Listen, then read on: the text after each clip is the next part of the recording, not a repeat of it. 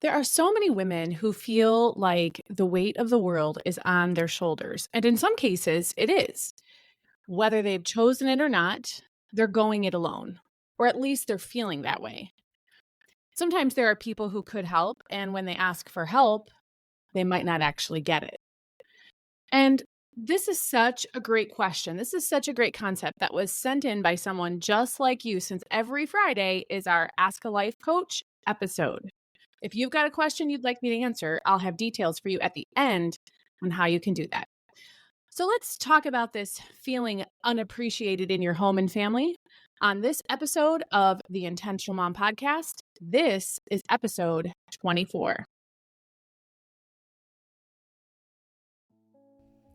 Well, hey there, I am Jennifer Roskamp, a certified life coach and homeschool mom of 9 who is passionate about helping women just like you embrace the here and now while also being focused on creating the life you actually want. In reality, it's not about thinking life will get so much better or so much easier when you fill in the blank.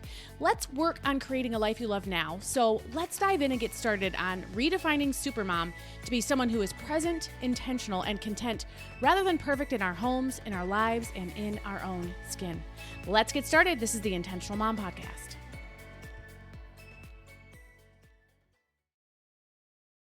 Okay. So, if you're new here, you may not be aware that I love to share truths and mantras.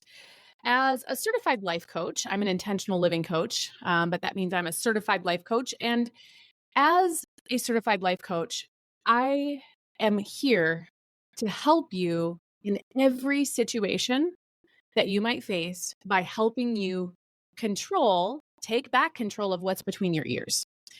We can always control our thoughts. We can always control how we look at something. We can always control our responses, even when things feel out of control. And one of the best ways to do this is with truth and mantras. And so today I've got 3 truths for here right out of the gate. You'll often hear mantras as well, and really they're very similar. But I've got some truths that are going to help us kick this off here today. Truth number 1. You can't control another person. You truly cannot, but we often think that we can. In reality, we can make requests, we can ask, we can even manipulate other people if you so choose. Not that I would recommend that, but that's really all we can do. But so much of our time, whether we realize it or not, is spent trying to control something or someone that we can't control. But the good news about this is that you don't have to wait for anyone else to do or say something in order to feel a certain way. You can feel good about the things you do, regardless of how others feel about this very thing. And by the time we're done here today, I know you'll understand this concept a lot more because we're going to be processing through feeling unappreciated and coming out on the other side of it. So, truth number 1 is that you cannot control another person. Truth number 2, your feelings are valid and accurate. You feel them, and your feelings are never wrong. A lot of times our negative self-talk kicks in and tries to analyze the things that we feel and tries to tell us all the reasons that we shouldn't feel that way. And then the guilt and the shame kicks in, and we end up trying to convince ourselves that there's something wrong with us for feeling a certain way. And whether in this situation, we're talking about feeling unappreciated, whether that's a situation that's causing a certain feeling, or whether it's something totally different, your feelings are always valid and accurate. They are never wrong. Now, that doesn't mean that they're wise. That doesn't mean that they're accurate. Our brain serves us all kinds of ridiculousness all the time. Again, that whole piece about what's between your ears, it doesn't always, it doesn't often have an accurate picture. So your feelings are always valid and accurate and not wrong. That's truth number 2. Truth number 3, what you do is valuable whether or not anyone else notices. I want to say that again. What you do, whether we're talking in your home, in your work, Whatever it is, what you do is valuable, whether or not anyone else notices. And just sit with that. And that can be a very powerful truth. If you find yourself in a place right now, sometimes we just get in a funk, don't we? So if you find yourself in a place where you're often feeling good, and what happens when that happens, right? That is not a good feeling to have. And when we sit and we entertain feelings that are not good ones for us to have, and that kind of that put us on that negative side of the spectrum, when we do that, what happens? We spiral down into other negative thoughts and feelings, right? And we just kind of spiral downward, and we just kind of get in a sort of funk where everything feels negative, where we're having all kinds of different feelings that are on the negative end of the spectrum rather than on the positive side of the spectrum. And as much as it's not nice to be on the negative end of the spectrum with what we think and feel, the problem with staying there for too long is that when we feel down in the dumps, it affects all of the things, many, many of the things that you would like to be doing. You know what I mean? Where if you're feeling down in the dumps, you're feeling negative, you're feeling unappreciated, how does that affect your motivation? It affects it a lot, much of the time, right? And so this is where it becomes helpful for us to process through negative emotions and choose better ones instead. And so that's what we're doing here today. So, what you do is valuable, whether or not anyone notices. All right, so here's why this is true. Here's why these truths are true. Number one, you do the things that you do in your home and in the areas, in the places where you feel unappreciated. You do these things because you love. Things you do for your loved ones, you do to show them love. You give that. You put that out. You project that. That is essentially an offering that you are giving to the people that you love because that's what you do. You do these things not so that you can get appreciation or thanks. It's awesome when we get that, right? But it's you do these things unconditionally because you love these people. They might try your patience at times. That's a whole nother conversation, right? But you do these things because you love. And that's good. That's good, right? Good on the love that you. So that's reason number one. Reason number two, you do these because you love these people well, even if they receive the way that you would like, even if their reaction doesn't value the worth of what you do, you are still loving your people well. You do that. Take credit for that. Recognize yourself for that. You love people well, even if it's not received in the way that you would like, even if their reaction doesn't value the worth of what you do. The things that you do has worth, even if they don't recognize and value it. That's what number two is all about. Number three,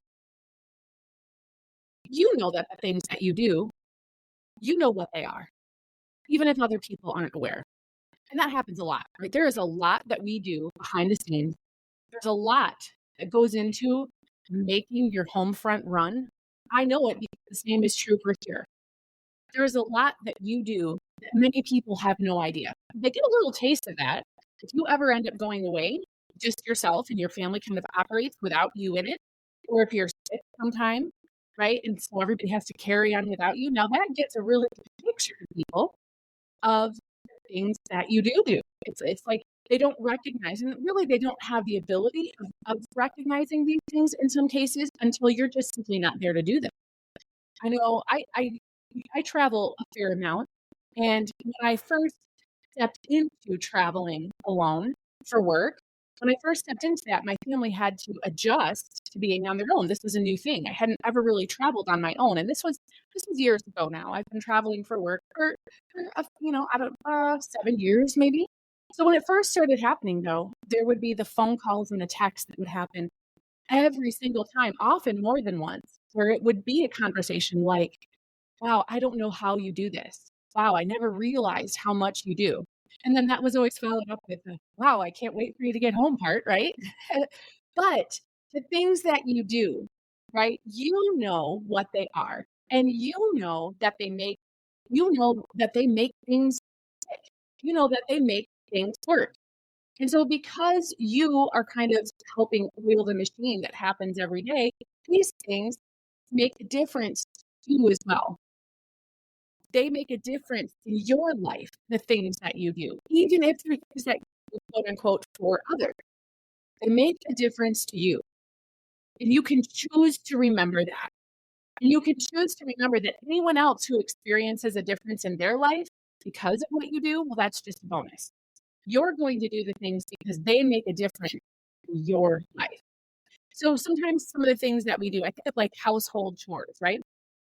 On the outside, it might look like you're helping someone clean their room. You're taking care of a task that kind of affects essentially only them. But in reality, it makes a difference to you too. You gain a sense of completion, you gain a sense of accomplishment. Again, you feel love because you've given love. It doesn't matter whether or not it's received or how it's received, you still experience that emotion because you've given it. And so anyone else who experiences the benefits and really understands and recognizes what you've done, well, that can just be a bonus. You can remember that the things that you do because they make a difference to you and they make a difference in your life. And that can be enough when you choose for that to be enough. So that is number 3. Number 4, the things you do willingly because you want to. Again, doing things can make you feel good, whether or not the intended recipient also feels good about them. You can feel good about them. And you know what this means. You've experienced this so many times. That sense of accomplishment, that ability to look at something that you did and see it and say, wow, I did that. And maybe you say, wow, that looks so much better. Or maybe it's something that functions better because of something that you did. Maybe you reorganized or moved things around or figured out how to make something work better. We talk about that a lot here as well. I teach everywhere I teach a lot about kind of marrying the mindset with practical skills because we all need practical skills. We all need help with practical skills as well. So I offer a lot of those. So there are times where I'm talking about organization. We've talked about clutter here on the podcast twice already. That's a practical thing. But there's always these practical advantages that come as well, and you get to experience those again, whether or not anyone else notices or appreciates. Many of the things you do, you benefit in that way as well. The next thing to remember is that you don't need, sometimes it can feel like we do, and sometimes, man, it sure would be nice, right? But the bottom line is you don't need the approval, the recognition, or the validation from anyone else to know your worth. You don't need the approval, recognition, or validation from anyone else. You are choosing to live an intentional life, which is what we're all about here. It's about making sure that you're doing the things that matter to you in the midst of all of the have to things. That's what living an intentional life is. And again, is it nice when we get those things? Absolutely it is. But you don't need those things. You can choose to be in the driver's seat of your life and intentionally choosing to create the life you actually want. So you get to make that decision as well. So again, to kind of bring everything we talked about here to a close, for the listener who wanted to know, my family doesn't appreciate what I do and I am so over it. Remember these truths. And remember what you're doing these things for. Remember what we talked about here today. Because when you do that, it gives you the ability to keep doing what you're doing. Again, because you love your people well, because the things that you do make a difference to you, because you want to do them, and because you want feelings that you experience, the positive feelings that come as a result of doing these things. And you do these things because you are choosing the life that you live. And that will remembering these things will give you the ability to continue to do the work that you do, regardless of how is not perceived.